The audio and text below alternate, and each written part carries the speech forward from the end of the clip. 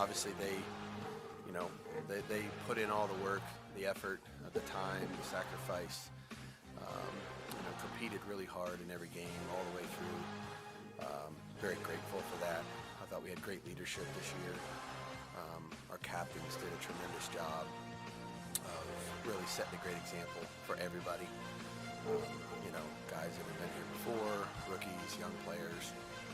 They were it's a great opportunity for people to learn from them.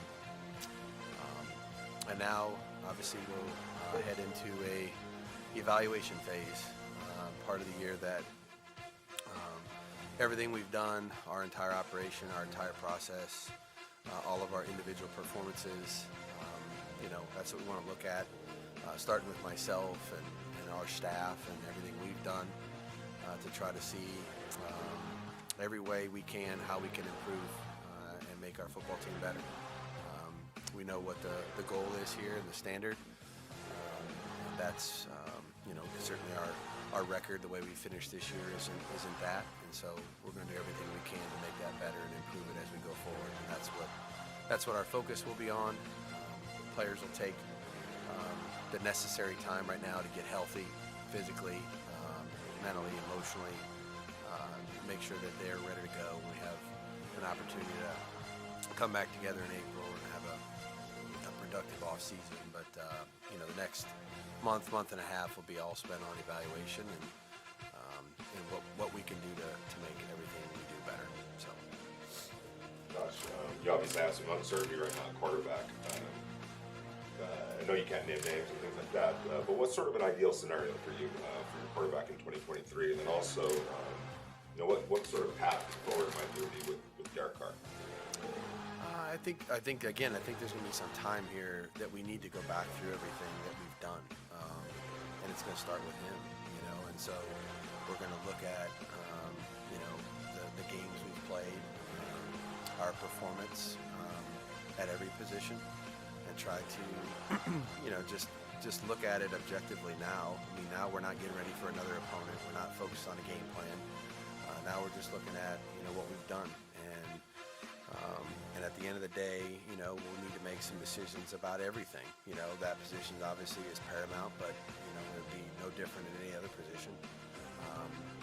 But it'll start with that. That's the process that we're getting ready to embark on. We have not done that yet. We will, and it'll take us a little time, because it needs to be thorough, and it deserves time. That's what it deserves, and so. There's a lot that'll go into that before we make any final proclamations or decisions. There's a lot of people that are going to need to, do some evaluating here, watch a lot of tape, have a lot of discussions that are hopefully very fruitful, and then when we're ready to go, we'll move on. There been, or will there soon be conversations with him? Sure. We talked about that when we had that conversation on Wednesday, before the San Francisco game.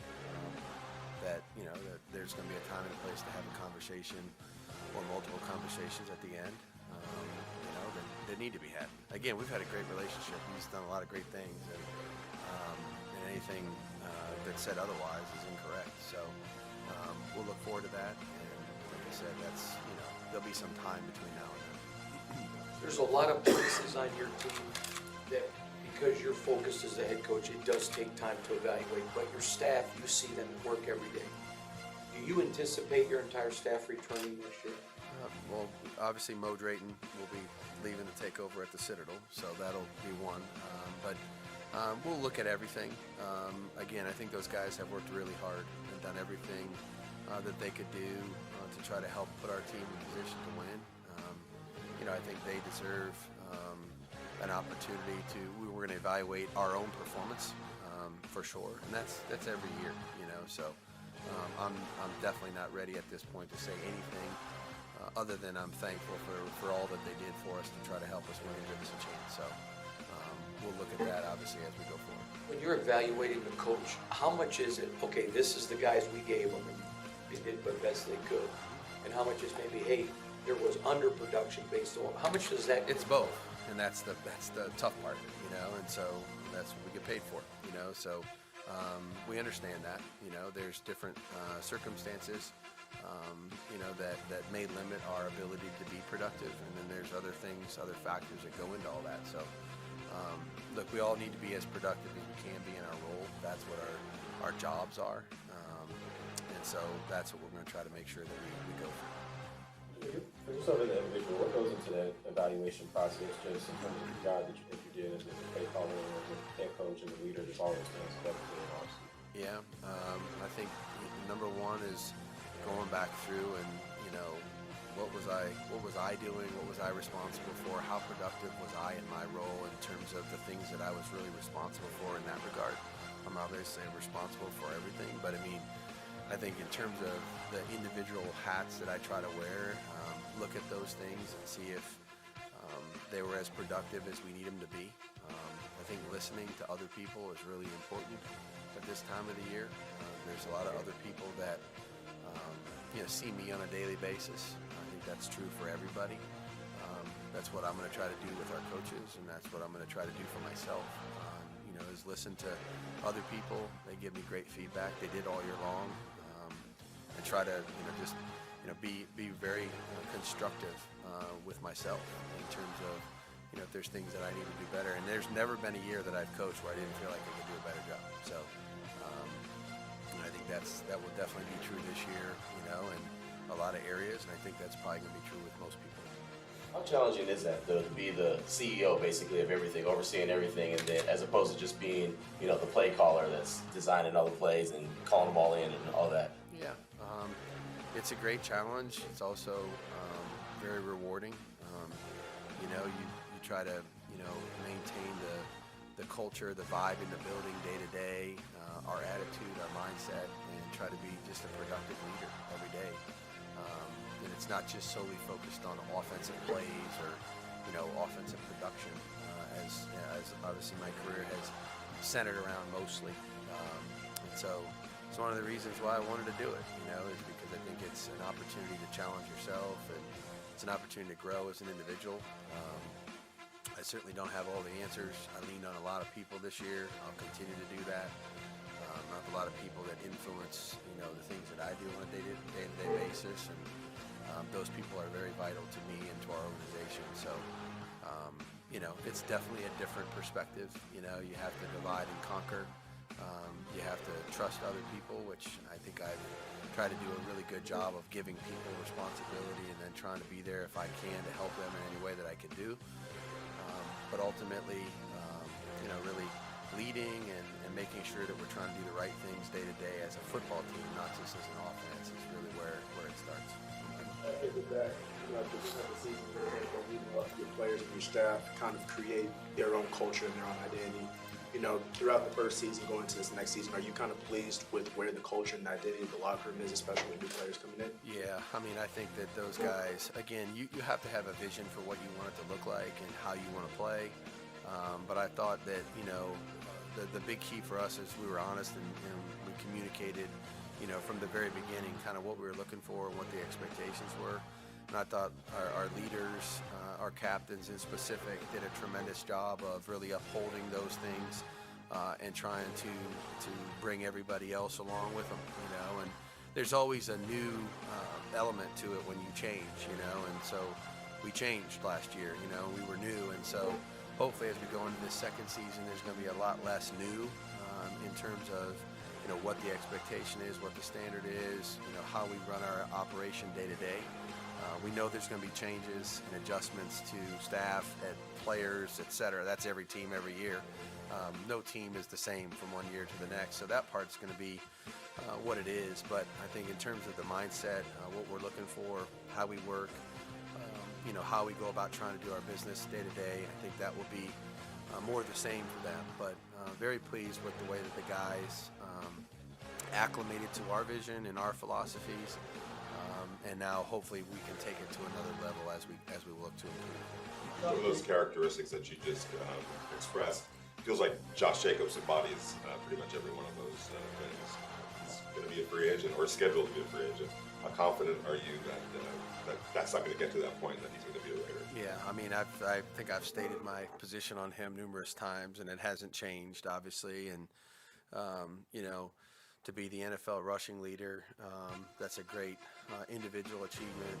Again, a collective effort went into that, but obviously JJ's performance was a huge bright spot for us. I have a tremendous amount of respect and admiration for him as a person and as a player. And he kind of embodies all the things that we want a Raider to be. So, we'll look forward to that. I mean, Dave and I have talked about that. JJ and I have had, private, discussions about that, those kind of things. I think all that will play out in due time, but we'll love him and love to have him continue to be a Raider. What were your expectations of defense coming into the year, and did they underperform this season? Look, I don't think anybody can sit here right now and say that we performed above our expectation. We didn't do enough as a football team to earn the right to keep playing, and so I don't think, me personally, I'm not, satisfied or content with any phase. That doesn't mean we didn't try hard, didn't mean we didn't try to do the best we could, doesn't mean that everybody didn't give great effort. The reality is we gotta be more productive. If you're talking about that side of the ball, that side of the ball is charged with not allowing points and creating turnovers, and we'll do everything we can to try to help improve that part of the team as we move forward. But I would say the same thing offensively and in the kicking game. There's areas for us to improve in every phase. So that's what we're going to do. And again, I don't really place a grade on how we did or didn't do based on expectations. The reality is we're going to win and lose as a team, and each phase needs to contribute to that. And honestly, we all need to do more. That's what we're going to do. You've acknowledged that people are probably sick of hearing about the process, but I think if you take a step back, you can kind of understand year one. It takes a while to get that in place. But now going into year two, do you feel is there a little more pressure that process yields the results that you kind of set with the standard? I think there's pressure every year to do the best you can do, and that's what my mindset will be. That's what it was, and I think that's what our team and our staff and our organization will be thinking about as we go forward. To put any more pressure on ourselves is, we want to do as good as we can do, and that's clear and obvious. So we know what the standard is, and we're going to try to do everything we can to get closer to it, and that's every day, and that process has already begun. So our off season's begun, and so every way we can make it better, we're going to try to do that. And I don't know there's nothing else I could ask of our people here in the building, other than to do everything they can every day while they're here to try to make us better, so we can be competing for championships as we move forward. So, we all know what the goal is. We all understand what we signed up for. It seems like the margin of success and failure in pro sports is so narrow. Where would you, how would you not rate this team, but how far away is this team in your mind when you sit in your office and you say, man, we had 6 games with double-digit leads, we lost 5 of those, perhaps could have gone the other way. How far away is this team in your mind? The reality is the margin is slim. Winning and losing in this league is usually dictated by a few plays. And in many cases this year, I would say that was the case for us. We also won some games like that too, that could have potentially gone the other way as well. So, I think that, the best you can do is put yourself in position to win. And I think we had opportunities that we capitalized on, and we had opportunities that we did not. And so our focus and goal now is going to be on how do we close the gap to try to, either put us over the hump on some of those close games, or maybe create less close games. That would be ideal if we could. So I don't really stop to consider how far away, how close. I just know each individual game is its own thing. There's a way to win them all. We know that. You may have to play them completely differently in order to do such, based on the opponent and their strengths and weaknesses and how they match up with yours. But I'll always believe that we can win. We may have to do things a little differently from week to week, but we can win. And so our goal is to try to improve it now, going forward, improve our team in any way that we can, so that when we line up and play again next year, we're a hell of a lot closer, we're more competitive, and we're able to win more games.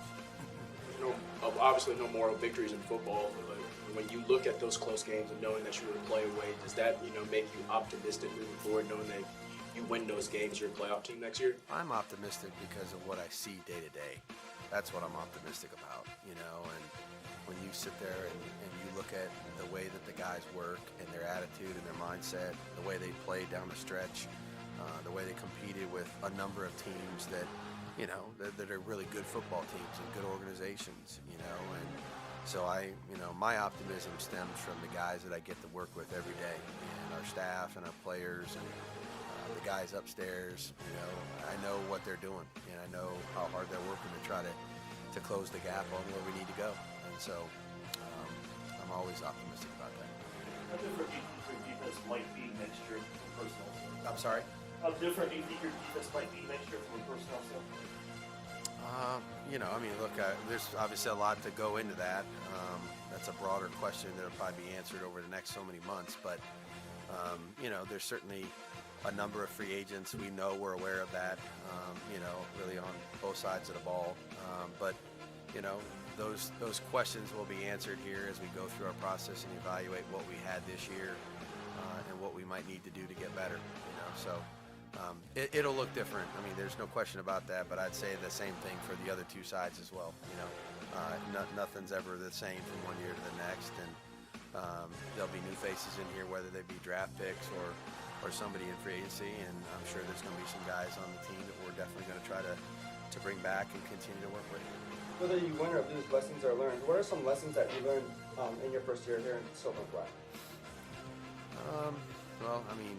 This organization, I think I've learned a lot about this organization in general. Their commitment to winning, the fan base is incredible, the best I've seen. I've been in the league for 22 years, and it's an amazing amount of support. I think that what they've given us to work with here in terms of facilities and resources have been second to none, and so you want to pour everything you got into it to try to make that come full circle and win. And so there's a lot of great people here. They do a lot of great things to help us win, and we're going to try to do everything we can to help everybody here become a winner. Time for one more, Vic. Yeah, question about the game on Saturday. There was that 8-man drive in the third quarter. What was the thinking about going for a field goal by rather than trying to score a touchdown? Let me think about this, Vic. So at the beginning of the third quarter, we had the ball, right? Started out. And what was the fourth down? What was the fourth and I don't remember, fourth and whatever. We had already gotten down there once and came away with, we had to miss the 3rd and 2, then miss the 4th and 2 inside the 5-yard line, came away with no points. And just felt like, if we could close the gap, a little bit more here and there. Look, at that point, you're going to have 3 or 4 more possessions, so it's not like that you're not going to have the ball enough. And I know hindsight's 20/20. You can say, well, we got to score more than that. Well, I'd say there was about 5 or 6 plays in that game that, that could have swung, I'd say, the momentum and or the score in a different direction, which would have clearly impacted the result, or at least the way the game was being played in the second half. So that's basically what it was. All right, thank you. Good to go? Boo! You stink!